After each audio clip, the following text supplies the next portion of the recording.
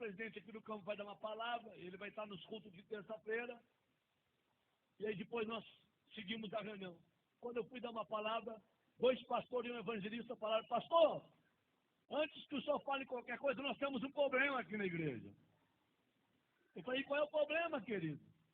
Nós temos aqui um rapaz aqui que tudo que é culto perturba.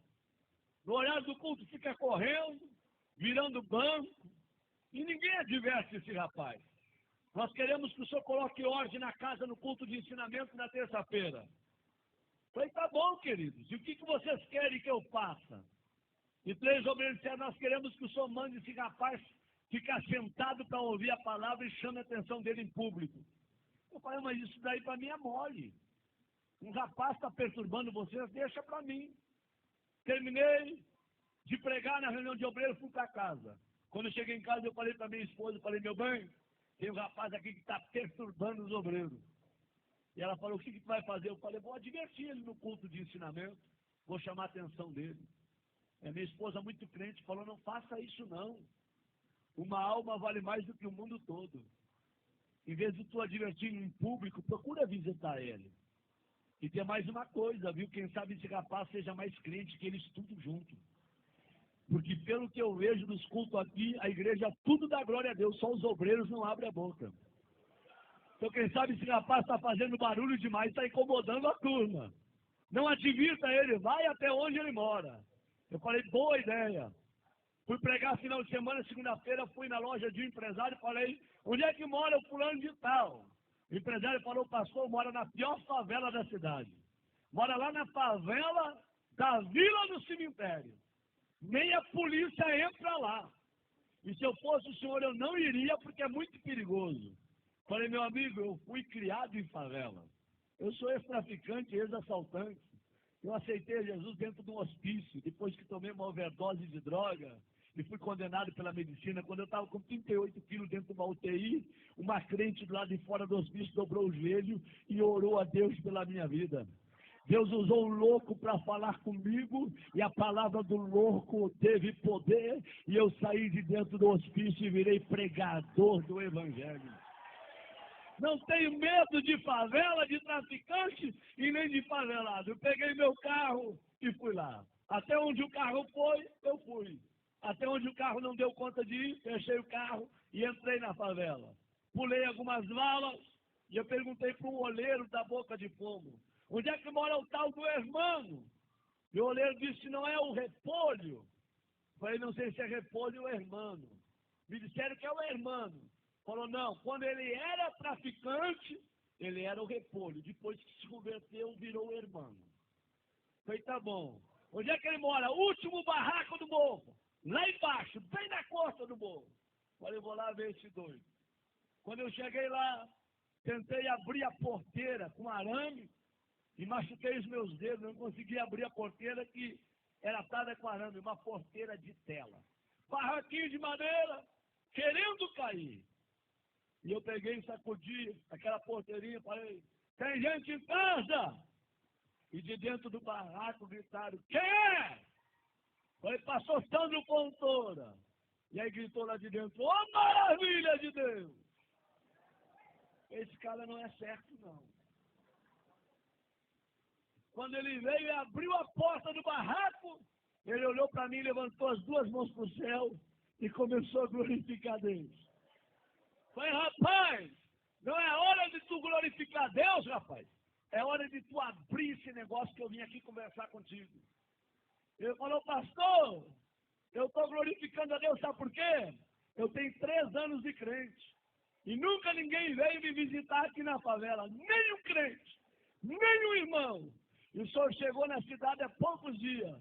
Eu dobrei meu joelho dentro desse barraco. Eu falei: Deus, se esse homem foi tu que enviou para esta cidade e tu é na vida dele, tu vai trazer ele na porta do meu barraco para orar comigo.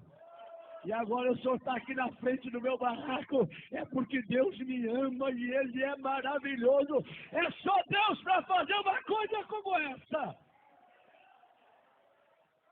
Eu falei: abre aí então. Ele veio e abriu.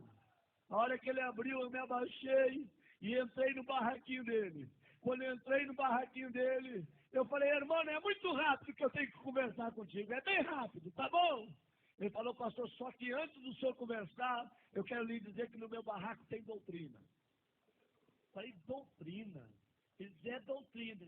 Qual é a doutrina do teu barraco? Qualquer pessoa que entra aqui dentro, antes de conversar, tem que orar. Essa é a doutrina. Tá bom? Eu falei, tá bom. Vamos orar? Eu falei, vamos. Quem que ora? Ele disse, pode ser eu, pastor? Pode, ora então. Ele levantou as duas mãos para o céu e falou, papai. Quando ele falou papai, eu vi que ele tinha intimidade. E quando ele começou a orar, eu arrepiei. Do pé até o caco da cabeça.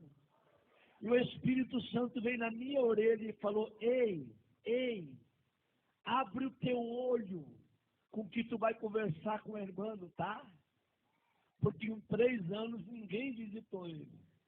Mas eu moro com o irmão 24 horas. Eu sou apaixonado pelo irmão. E o irmão é apaixonado por mim.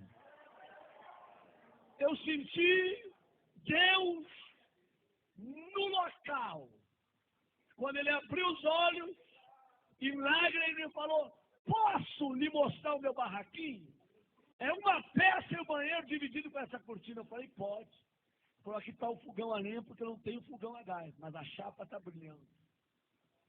Puxou a cortina, aqui está minha cama, meu criado mudo.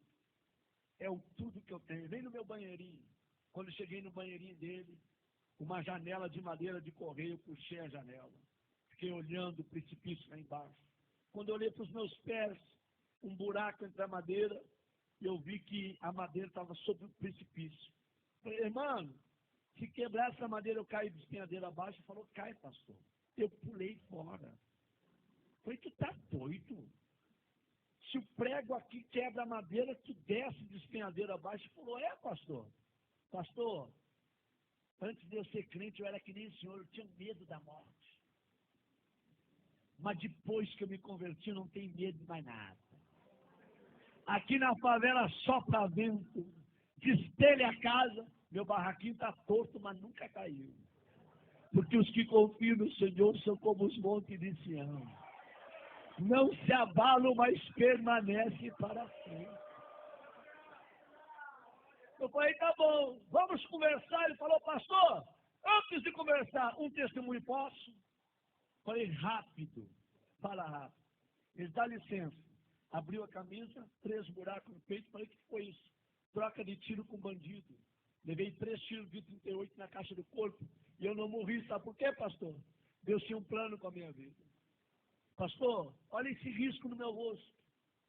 A polícia me levou para o valão do Tega, deu rajada de metralhadora para acabar com a minha vida, e uma bala riscou meu rosto. E eu não morri, pastor, porque Deus tinha um plano com a minha vida. Pastor, está vendo esse buraco do outro lado do braço? Um homem me atravessou com espeto de fazer churrasco de um lado ao outro do corpo. E eu não morri, porque Deus tinha um plano com a minha vida. Pastor, 26 anos fui condenado de cadeia. Tá bom? Por assalto a banco, por tráfico de droga. Quando eu estava no fundo da cadeia, com 3 anos de detenção, Deus foi e deu um sonho para um servente de pedreiro. E esse servente de pedreiro ouviu a voz de Deus, Deus deu o número da cela, deu o meu nome e aonde eu estava preso. Esse homem foi lá, falou com o diretor do presídio que tinha 5 minutos para entregar uma mensagem para um detento. O diretor liberou, ele gritou no corredor da cela, irmão, eu gritei lá no fundo, tô aqui! Ele parou na frente da cela e disse, nessa noite Deus me visitou.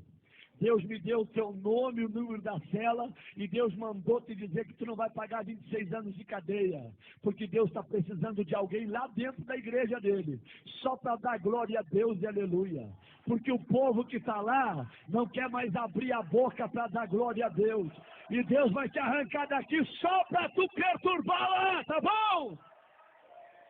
E eu falei, se Deus me tirar daqui, eu vou morrer dentro da igreja, glorificando e adorando ao nome dele. Quantos aqui acreditam que Deus fala? Digam glória a Deus. Deus foi lá na fronteira com a Argentina, tirou o juiz da cidade e trouxe um juiz, doutor Edson, para a cidade. O doutor Edson, crente, quando ele vai revisar o processo daqueles que estão presos, ele vê o nome do irmão. E o Espírito Santo vem na orelha do doutor Edson e manda soltar o irmão. E ele chama o irmão e diz: ei, amigo, Deus mandou te tirar do presídio, só com uma condição, para tu morrer dentro da igreja glorificando a Deus. O dia que tu desviar, eu mando te prender. E o irmão falou: pastor, o senhor acha que eu vou desviar? Eu não sou doido. Eu vou morrer no meio dos crentes, adorando e glorificando ao Senhor meu Deus. Quando ele falou isso, ele começou a chorar. E ele falou: me perdoa, pastor, estou tão feliz com a sua presença aqui, que eu não sei expressar com as minhas palavras. Eu falei: tá bom, meu filho, fica tranquilo. Ele disse: pastor, pode falar o que o senhor ia falar. Eu falei: não vou falar mais nada. Eu vim para falar, mas não vou falar mais nada não. Ele disse: fala, pastor. Eu falei: não vou falar não. Eu quero ir embora daqui. Quando eu fui sair na porta, ele me pegou pelo braço e falou: pastor, volta aqui. Eu falei: o que tu quer, rapaz? Na minha casa tem doutrina. Ora quando entra e antes de sair também tem que orar. Vamos orar? Eu falei: vamos. Eles possam orar abraçado com o Senhor? Eu falei: pode, abraça em mim. E ele abraçou comigo e começou a orar e falou: Deus, eu não tenho nada, mas o que eu tenho eu reparto com esse homem. A unção que tu me deste, enche ele com a tua glória e faça desse homem um profeta para essa região. Enquanto ele orava, eu tremia e chorava. Nós não oramos menos de uma hora abraçado. O suor corria na minha perna e a roupa colada no meu corpo. Quando eu saí do barraquinho do irmão, eu fui até o meu carro falando em línguas estranhas. Quando eu entrei dentro do meu carro, eu fui até a minha casa falando línguas estranhas. Quando eu cheguei na minha casa, minha esposa falou: o que aconteceu contigo? O teu rosto está brilhando. Eu disse: aperta a minha mão e me dá a paz do Senhor, porque hoje eu me converti. Hoje eu virei crente de verdade num barraco de um favelado. Deus gosta de usar gente pequena para confundir quem pensa que é grande. Abre a tua boca nesta noite e manda a glória para cima. Quantos aqui vieram receber poder e unção do Espírito Santo nesta noite aqui, hein?